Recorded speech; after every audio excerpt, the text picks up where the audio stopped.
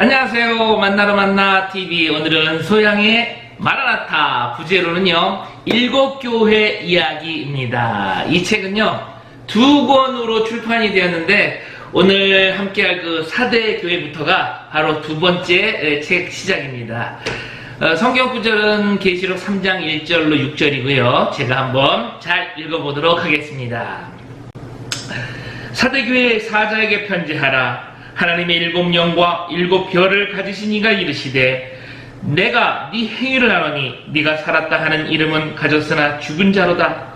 너는 일깨어 그 남은 바 죽게 된 것을 굳건하게 하라. 내 하나님 앞에 너의 행위에 온전한 것을 찾지 못하였느니 그러므로 네가 어떻게 받았으며 어떻게 들었는지 생각하고 지켜 회개하라.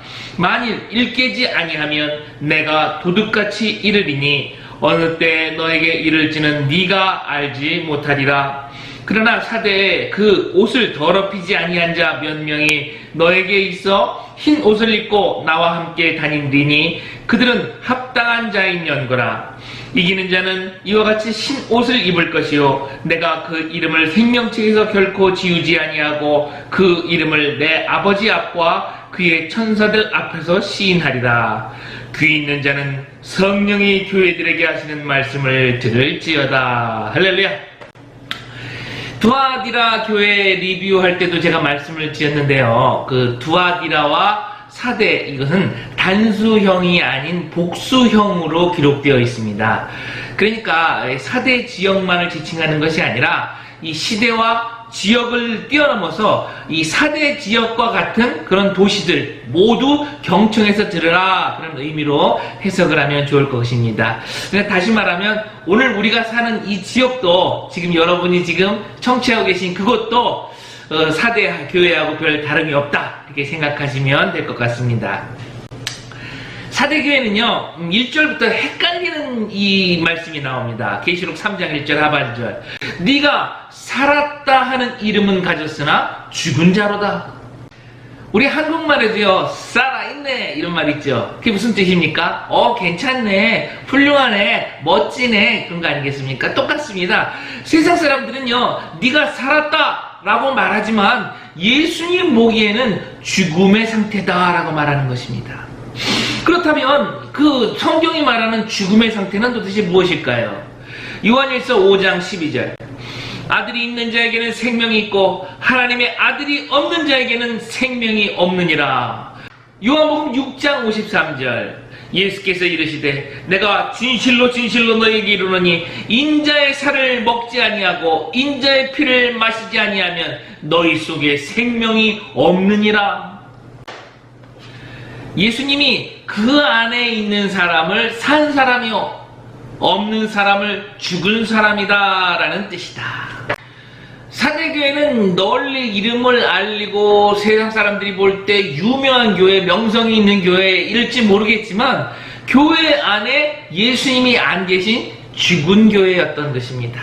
아니 도대체 사대라는 지역은 어떤 지역이길래 예수님은 죽은 자라는 이 진단을 하셨을까요? 표면적으로 보이는 이 사대를 볼 때 저자는 이렇게 기술을 합니다. 사대라는 지역은 영적 바벨론이다. 자기 우상화와 탐욕이 소용돌이치는 것이다.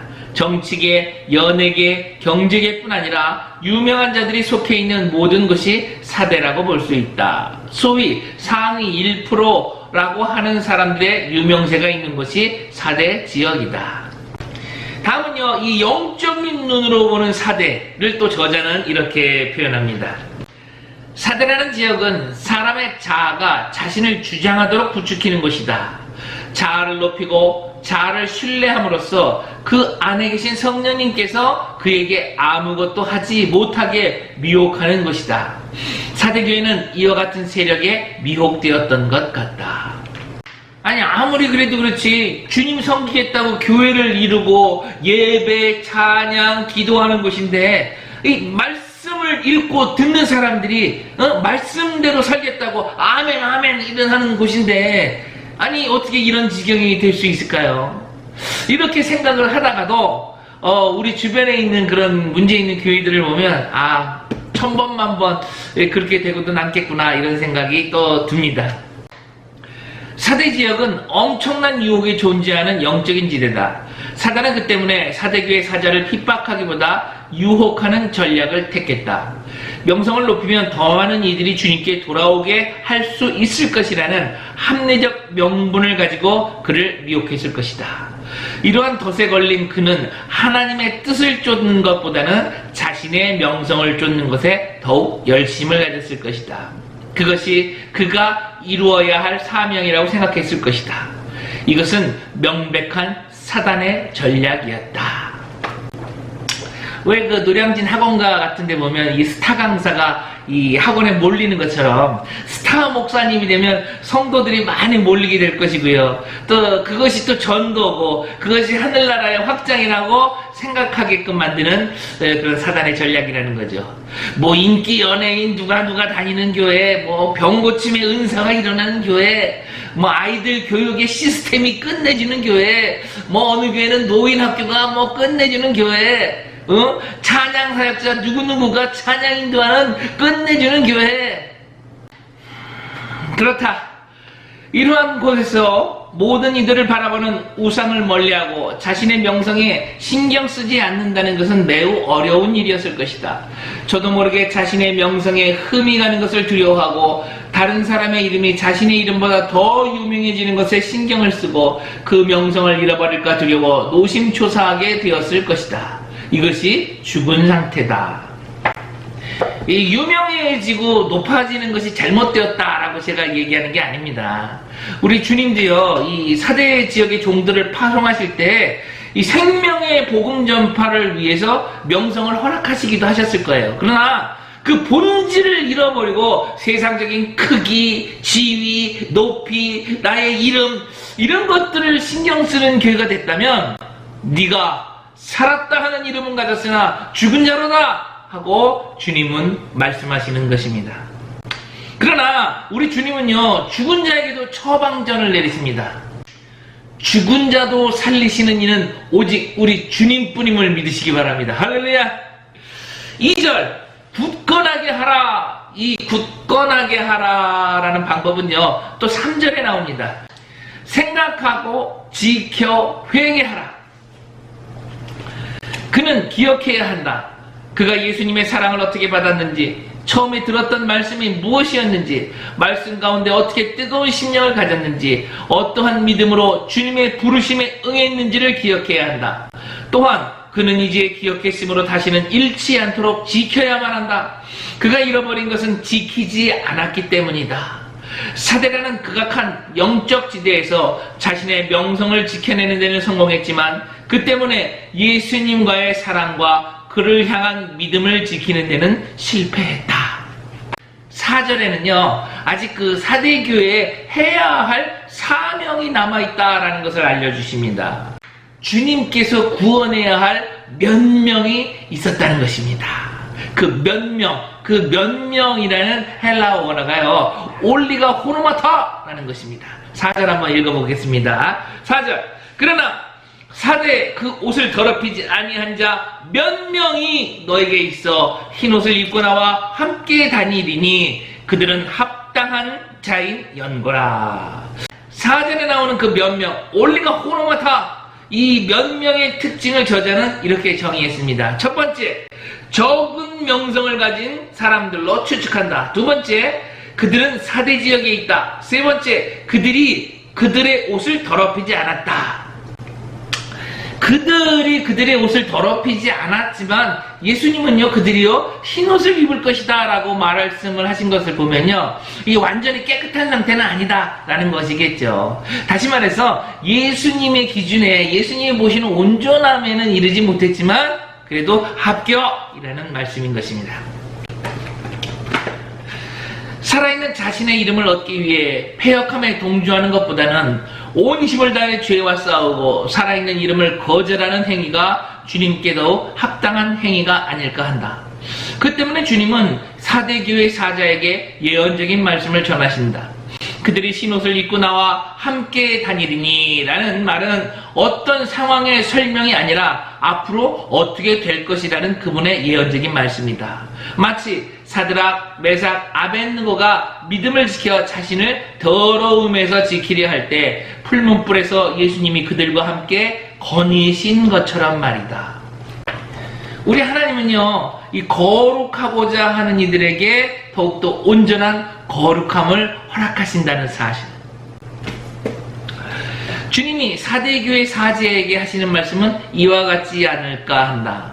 적은 이름을 가졌으나 믿음으로 그 옷을 더럽히지 않기 위해 몸부림치는 그 사람들은 반드시 내가 구원하고 그들과 함께 할 것이다. 그러니 사대교회 사자인 너는 절대 이들을 놓치지 말고 일깨워서 그들을 찾으며 그나마 남은 영혼들을 양육하기에 힘써보라. 이 가슴 한켠이 뭉클해집니다. 이 말씀에 순종해서 이기는 자에게는요, 우리 주님께서 상급을 주시는데 5절에 이 세 가지로 정리를 한번 해보겠습니다. 첫 번째는요, 흰옷을 입을 것이요. 두 번째는 내가 그 이름을 생명책에서 결코 지우지 아니하고, 세 번째는요, 그 이름을 내 아버지 앞과 그의 천사들 앞에서 시인하리라. 이 세 가지 상급을 통하여 주님은 우리에게 성도가 천국에 들어갔을 때 그 영원한 시간을 어떻게 살아가는지에 관한 메시지를 주신다. 그때 우리는 단 한순간도 놓치지 않고 거룩함을 지니고 살아가게 될 것이다.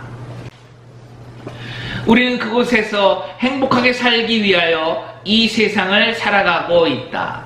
성령의 음성을 듣는 일이 지금은 완전하지 않을지라도 실망하지 말자. 우리는 예수 그리스도의 은혜로 완전하게 될 것이다. 사대교회를 정리하겠습니다. 사대교회가 죽은 것처럼 오늘날 우리 교회가 죽었습니다. 교회에서 성도수를 자랑하고 담임 목사의 유명세를 자랑하고 권력의 하수인이 돼서 권력을 따라가는 모습, 이런 모습들을 어렵지 않게 우리가 볼 수 있어요. 마치 그런 것들이 복음 전파를 위한 좋은 아이디어이냐 마귀는 우리들을 미혹하고 있습니다. 지금 우리나라 현실을 보면요, 청년의 80%가 종교가 없다고 합니다. 대한민국의 교회가 그렇게 많은데 이 청년 복음화율이 4%라고 합니다. 5% 이하면 미전도 종족인 거 여러분 아시나요? 선교 2위의 강국이었던 우리 대한민국이 이제 요대로 한 세대만 지나면 이 대한민국 미전도 종족이 된다는 것이죠. 이걸 깨달아야 됩니다. 우리가 피를 토하며 회개하고 사대교회에 몇 명 남지 않은 이 주님이 찾으시는 그들, 올리가 호노마타, 이들을 주님께 인도하는 마지막 사명을 감당하는 그런 저와 여러분 되시기를 간절히 부탁드립니다. 할렐루야.